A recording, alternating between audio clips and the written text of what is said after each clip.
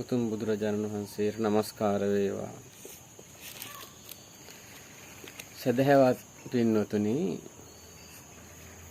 අනුරාධපුරයේ සිදු වූ දහම් කතා පුවතක් තමයි මේ අවස්ථාවේ මේ දරුවන්ට මේ පින්වතුන්ට ප්‍රකාශ කරන්නේ. පින්වතුනි, අනුරාධපුර යුගයේ මෙහෙම සිදුවීමක් වුණා. කුමක්ද? අනුරාධපුරේ බූමංගන කියලා ගමක් තිබුණා. මේ බූමංගන ගම තිබුණේ අනුරාධපුරට බටහිර පැත්තෙන්. බටහිර පැත්තෙන් සතපුම් 50කට වගේ දුරින් තමයි බූමංගන ගම තිබුණේ. මේ බූමංගන ගමේ හිටියා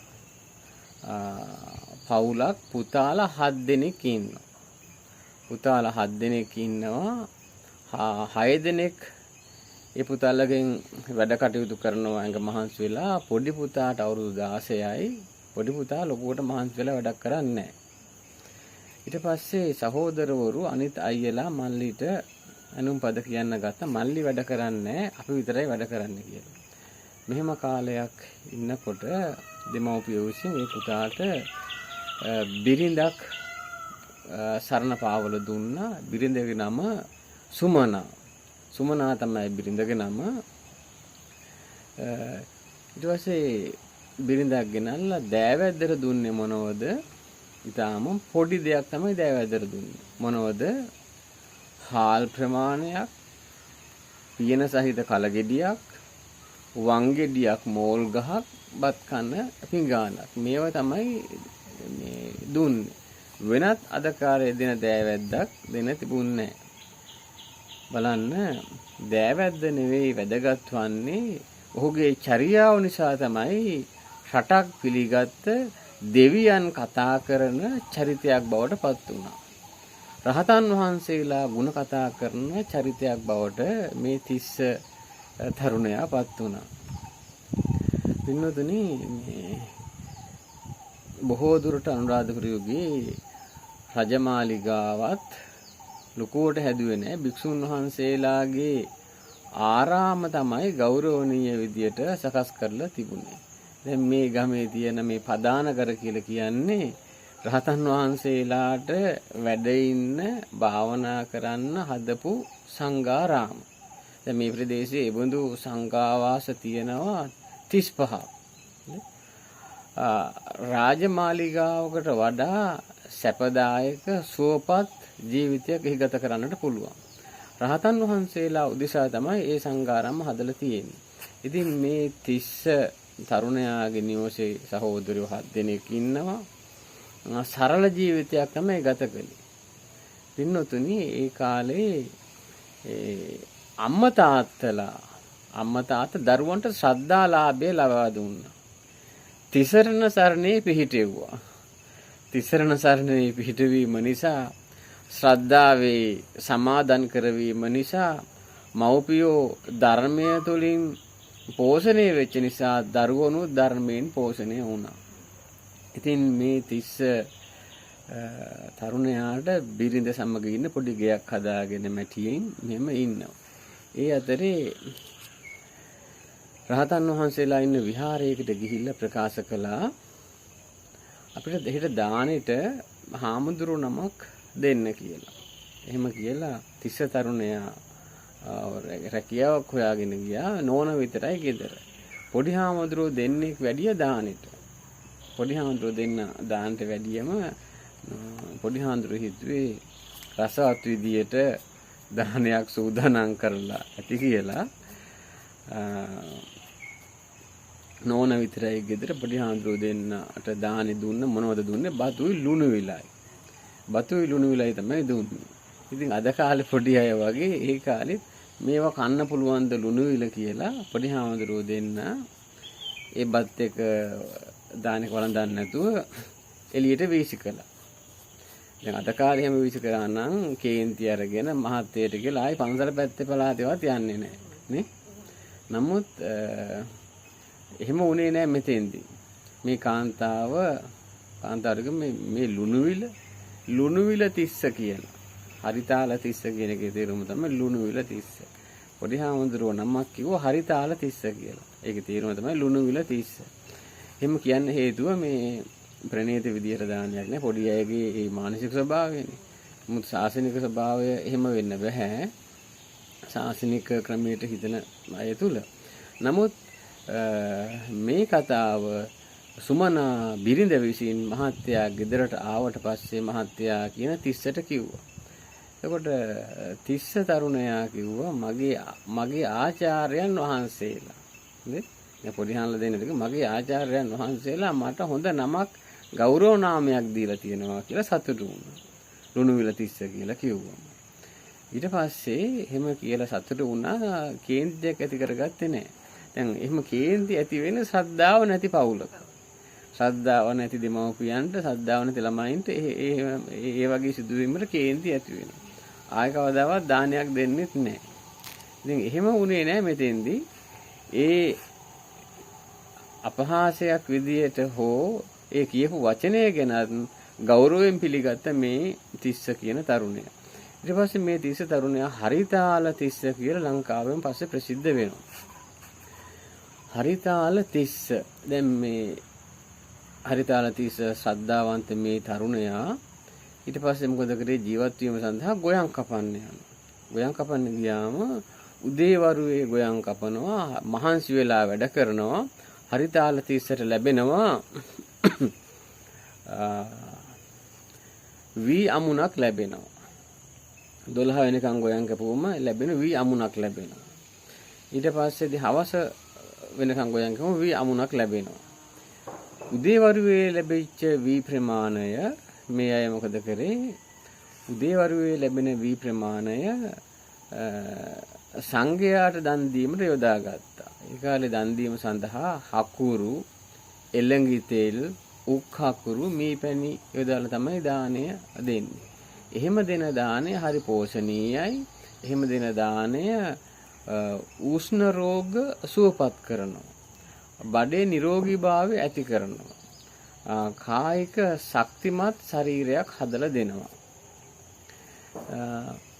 මේ විදිහට දානේ සකස් කරලා තමයි දුන්නේ. උදේවරුේ ගොයන් කපල ලැබෙන වී වලින් මේ කියන ගිතෙල් මීපැණි ආදිය ගෙනල්ලා දන් සකසලා දන් පූජා කරනවා. ඉතින් මෙහෙම දෙන්නෙක්ගෙන් පටන් ගත්ත දානේ 19 29 39 දක්වා මෙතුමා දන් දීම පුරුදු කළා. ඊට පස්සේදී පින්නොතනේ මෙයා ප්‍රසිද්ධ වුණා රහතන් වහන්සේලා අතර ඉවසීම තියෙන කෙනෙක් කියලා ප්‍රසිද්ධ වුණා. මෙහෙම දන් දෙන අතරේ එක දවසක් භික්ෂුන් වහන්සේලා 100කට වගේ ප්‍රමාණයකට දන් දුන්නා. දන් දීලා මෙහි ඉන්න අතරේ රහතන් වහන්සේලා කතා කරනවා මේ තිස්ස තරුණයා හරිම ශ්‍රද්ධා සම්පන්නයි, ඉවසීම තියෙනවා, සිල් රකින්න කෙනෙක් කියලා රහතන් වහන්සේලා කතා කරනවා. දැන් රහතන් වහන්සේලා කතා කරන දේ දෙවියෝ බලාගෙන ඉන්නවා. මිනිස්සුયો කතා කරන දේ දෙවියන්ට දකින්න පුළුවන්. දෙවියන්ට පුළුවන් දුර ඈත ඉඳගෙන මේ දේවල් දකින්න පුළුවන්. දෙවියන්ට එහෙම හැකියාවක් තියෙනවා. දැන් මේ තිස්ස තරුණයාගේ ගුණය පිළිබඳව රහතන් වහන්සේලා කතා කරනවා. අසාගෙන හිටියා සතරවරම් දෙවියෝ. ලෝකපාලක දෙවිවරු 4 දෙනා කියලා කියන්නේ ලෝකපාලක දෙවිවරු 4 දෙනා කියන සතරවරම් දෙවියන්ට. සතරවරම් දෙවියෝ මේක රන් පතක ලියාගෙන සුධර්මා කියන දේව සභාවේදී කතා කළා. සුධර්මා දේව සභාවේදී. සුධර්මා දේව සභාවේදී කතා කරද්දී මේ සිදුවීම ශක්‍ර දෙවියෝ අහගෙන හිටියා. ශක්‍ර දෙවියෝ කියලා කියන්නේ දෙවියන්ගේ නායකයා. ශක්‍ර දෙවියෝ කියලා කියන්නේ සතරවරම් දෙවියන්ගේ ප්‍රධානියා. කෝටි ලක්ෂයේ ඒවා. කෝටි ලක්ෂයව හතරක් ඉන්නවා පිරිවර මේ දෙවියෝ 4 දෙනාට. මේ සියලු දෙවියෝ ඉන්නේ ශක්‍ර දෙවියන්ගේ යටතේ. ශක්‍ර දෙවියෝ කියන්නේ මහා බලවත් කෙනෙක්. ශක්‍ර දෙවියෝ අනුරාධපුරයට එනවා පින්නතුනි වයසක හාමුදුරුව කෙනෙක් විදියට. වයසක හාමුදුරුව කෙනෙක් විදියට රෑ ගෙදරකට එන්නේ.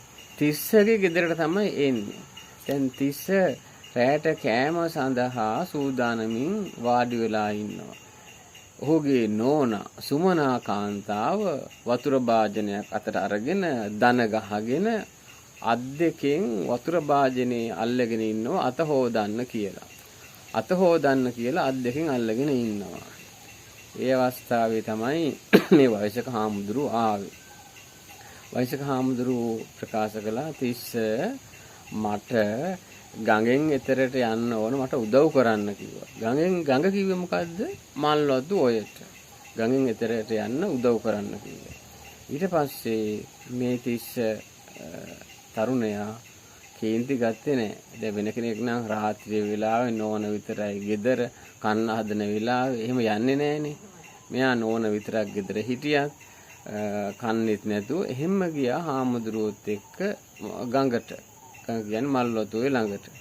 ගියාට පස්සේ ගඟ ගාවදී කිව්වා තිස්ස මගේ හැරමිටිය අමතක වුණානේ ඔයාගේ ගෙදර කිව්වා. ඊට පස්සේ ආයි ආවා. දැන් සද්දාව නැති කෙනෙකුට නම් මේක කේන්ති යන කාරණාවක් නේ. කේන්ති යන කාරණාවක්.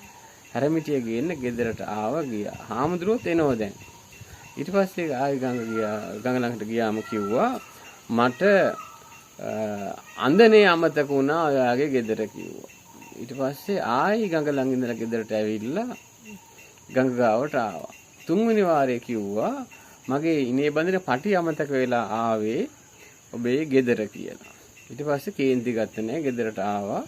තුන් සැරයක් මේ විදිහට එනකොට එළි වෙන්න ලං වුණා. ඊට පස්සේ මේ එළි වෙන්න ලං වුණත් මේ තිස්ස තිස්සගේ නෝනා සුමනා කාන්තාව කොහොමද හිටියේ? ඊටාම පති භක්තියෙන් ස්වාමියා කෙරෙහි ආදරයෙන් ගෞරවයෙන් දන ගහගෙන අර හැන්දෑවේ අතට ගත්ත වතුර භාජනය තාමත් අතේ තියාගෙන තමයි ඉන්නේ. ඊට පස්සේ ශක්‍ර දෙවියෝ තමයි මේ වයසක හාමුදුරු කෙනෙක්ගේ වෙස්යෙන් ආවේ. ශක්‍ර දෙවියෝ ප්‍රකාශ කළා තිස්ස මම සක්දෙවිඳුන් ඔබගේ ශ්‍රද්ධාව පරීක්ෂා කරන්න තමයි මම ආවේ. ඔබ ශ්‍රද්ධාව තියෙන කෙනෙක්, ඉවසීම තියෙන කෙනෙක්, සංඝයාට පූජාවන් සිද්ධ කරන කෙනෙක් කියලා දෙවියෝ අතර කතා වෙනවා. සතරවරම් දෙවියෝ කතා කරා. තවතිසා දෙව්ලොව සුධර්මා දේව සභාවේ කතා කළා කියලා සක්දෙවිඳුන් විසින් මේ තිස්ස තරුණයාට ප්‍රකාශ කළා.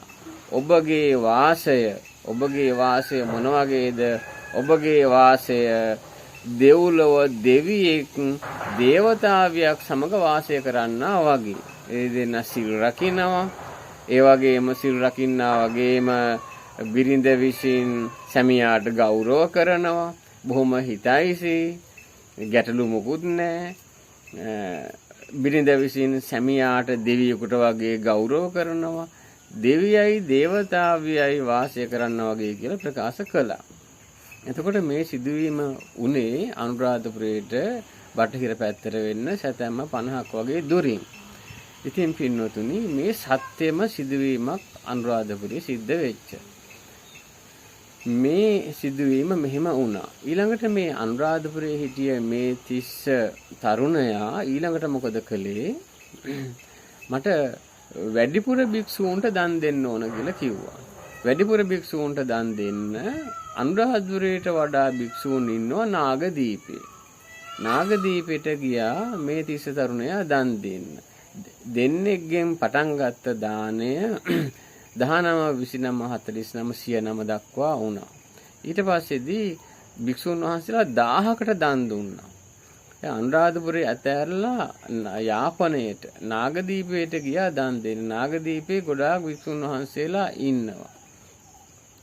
නාගදීපයේදී දන් දෙන අවස්ථාවක එක දවසකට භික්ෂුන් වහන්සේලා 909කට දන් දුන්නා.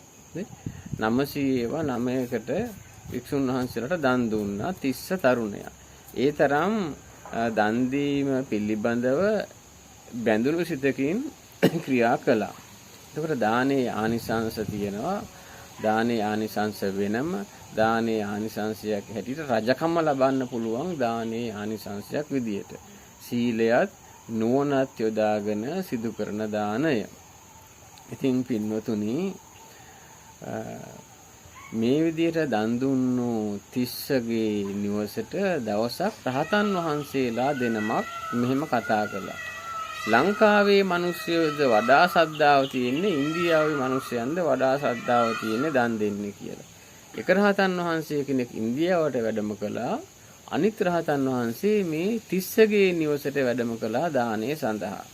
ඉතින් ඒ භික්ෂුන් වහන්සේලා 900 බැගින් 9 වතාවකට දන් දීලා ඊට පස්සේ තමයි මේ රහතන් වහන්සේ ගෙදර ආසන්නයේ ඉන්නවා යාපනයේ. රහතන් වහන්සේට මේ සුමනා කාන්තාව මී පැණි එළඟි තෙල් මිශ්‍ර කිරිබතක් හදලා පූජා කළා. කිරිබතක් හදලා පූජා කරලා පූජා කරන්න හදදී රහතන් වහන්සේ ප්‍රකාශ කළා ඔය පාත්‍රය අහසට දාන්න කියලා. මේ රහතන් වහන්සේ නමක් තමයි ප්‍රකාශ කරන්නේ. රහතන් වහන්සේ ඒ කිව් ප්‍රකාශය සුමනා කාන්තාව යලිත් මේ රහතන් වහන්සේගේ අතට පාත්‍රය දීලා වන්දනා කරා. රහතන් වහන්සේ අහසට නැගලා පාත්‍රය රැගෙන අහසට නැගලා විහාරයට වැඩම කරලා ඒ පාත්‍රයේ දාණය 1000ක් භික්ෂූන් සමග වැළඳුවා. භික්ෂුන් වහන්සේලා 1000ක් සමග එම දාණය වැළඳුවා. පින්වතුනි රහතන් වහන්සේලාගේ හැකියාව මහා විස්මිතයි. මහා විස්මිත හැකියාවක් රහතන් වහන්සේලාට තියෙනවා. එක් අවස්ථාවක රහතන් වහන්සේ කෙනෙක් මේ මැටි ගෙයක් රත්තරන් බවට පත් කරනවා. තවත් අවස්ථාවක රහතන් වහන්සේ කෙනෙක් මේ කොහුල අණුවක් රත්තරන් බවට පත් කරනවා. තවත් අවස්ථාවක කුඹුරේ මැටි රත්තරන් බවට පත් කරනවා. ඒ කියන්නේ ඒක දඹදිව තමයි ඒ සිදුවීම් තුනම වුණේ. නිරෝධ සමාපත්තියෙන් නැගී සිටිය රහතන් වහන්සේට පුළුවන් කැමති දෙයක් කරන්න. ඒ රහතන් වහන්සේලාට කෙලෙස් නැහැ. කැමති දෙයක් සිද්ධ කරන්නට පුළුවන්. ඉතින් මේ සුමනා ශ්‍රද්ධා සම්පන්න කාන්තාවගේ දානේ පිළිගත් රහතන් වහන්සේ එම දානය 19කට දීලා තමයි ඒ දානේ වැළඳුවේ. මේක හරිතාලතිස්ස කියන අනුරාධපුරයේ හිටිය සදහැවත් තරුණ කාන්තාව සහ සුමනා කාන්තාව සහ හරිතාලතිස්ස කියන තෙරුවන් සරණ ගිය උපාසක මහත්තයා සම්බන්ධ සත්‍ය සිදුවීමක් පින්වතුනි. ඉවසීම ඇති බව දෙවියන්ට ප්‍රිය වෙනවා. තෙරුවන් කෙරෙහි ගෞරවය ඇති බව දෙවියන්ට ප්‍රිය වෙනවා. ඉතින් යම්කිසි උපාසක මහත්මයෙක් ඉවසීමෙන් යුක්ත නම්, ක්‍රෝධ කරන්නේ නැතිනම්, ශ්‍රද්ධාව තිබේ නම්, ඒ ශ්‍රද්ධාව තියෙන, ඉවසීම තියෙන ඒ පුද්ගලයන් කෙරෙහි දෙවියෝ ප්‍රසාදයට පත් වෙනවා. රහතන් වහන්සේලා ප්‍රසාදයට පත් වෙනවා. දැන් රහතන් වහන්සේලා තමයි මේ තිස්ස තරුණයාගේ ගුණ කතා කළේ. මොනවද ගුණ? ඉවසීම තියෙන කෙනෙක්, ශ්‍රද්ධාව තියෙන කෙනෙක්, සිල් රකින්න කෙනෙක්, දන් දෙන කෙනෙක්, භික්ෂූන්ට ගෞරව කරන කෙනෙක් කියලා තමයි කතා කළේ. ඉතින් ඒ කතාව තමයි සතරවරන් දෙවියෝ අහගෙන හිටියේ. ඒ කතාව තමයි ශක්‍ර දෙවියෝ අසාගෙන හිටියේ. එහෙම අහගෙන ඉඳලා තමයි මේ මනුස්ස ලෝකයට අනුරාධපුරයට වැඩම කළේ. ලංකාව ඒ කාලේ හැඳුන්වුවා හෙළදිව කියලා. හෙළදිව කියන්නේ හෙළයන්ගේ දිවයින. හින්දුස්තාන් හින්දුන්ගේ දිවයින තමයි භූමිය තමයි ඉන්දියාව. හින්දුස්තාන් ඉන්දියාවේ නමින් හඳුන්වනවා. ප්‍රංශ කියන්නේ ජාතියේ නමින් තමයි රට හඳුන්වන්නේ. ප්‍රංශය. චීන ඒ ජාතියේ නමින් තමයි ඒ රට හඳුන්වන්නේ. ජපාන් ජාතියේ නමින් තමයි රට හඳුන්වන්නේ. ඒතර ලංකාවේ හෙළයන්ගේ දිවෙන හෙළදිව. ලක්බිම මේ නම් වලින් හැඳුන්වුවා. පින්වතුනි අනුරාධපුරේ වගේම පොතුවිල්, අම්පාර, මඩකලපුව, යාපනයේ මේ හැම තැනම හිටියේ අතීතයේ බෞද්ධයෝ. මේ සෑම තැනම අද දකින්න තියෙන්නේ විහෙර විහාර භූමි. පින්නතුනි 1896 පෙඩ්රික් නෝත් ආණ්ඩුකාරයා. පෙඩ්රික් නෝත් කියන ආණ්ඩුකාරයා එංගලන්තයට ලිපියක් යවනවා. යාපනයේ 1896 වෙනකොට එකම හින්දු කෝවිලක් තිබුණේ නැහැ. යාපනයේ ඒ කෝවිල් ඇති වුණේ 1896ට පස්සේ. මොකද 1896 වෙහෙර විහාර 300ක් කඩලා බිඳලා පොළොවට සමතලා කරලා ඒව තමයි හින්දු කෝවිල් බවට පත් කළේ. ඒව තමයි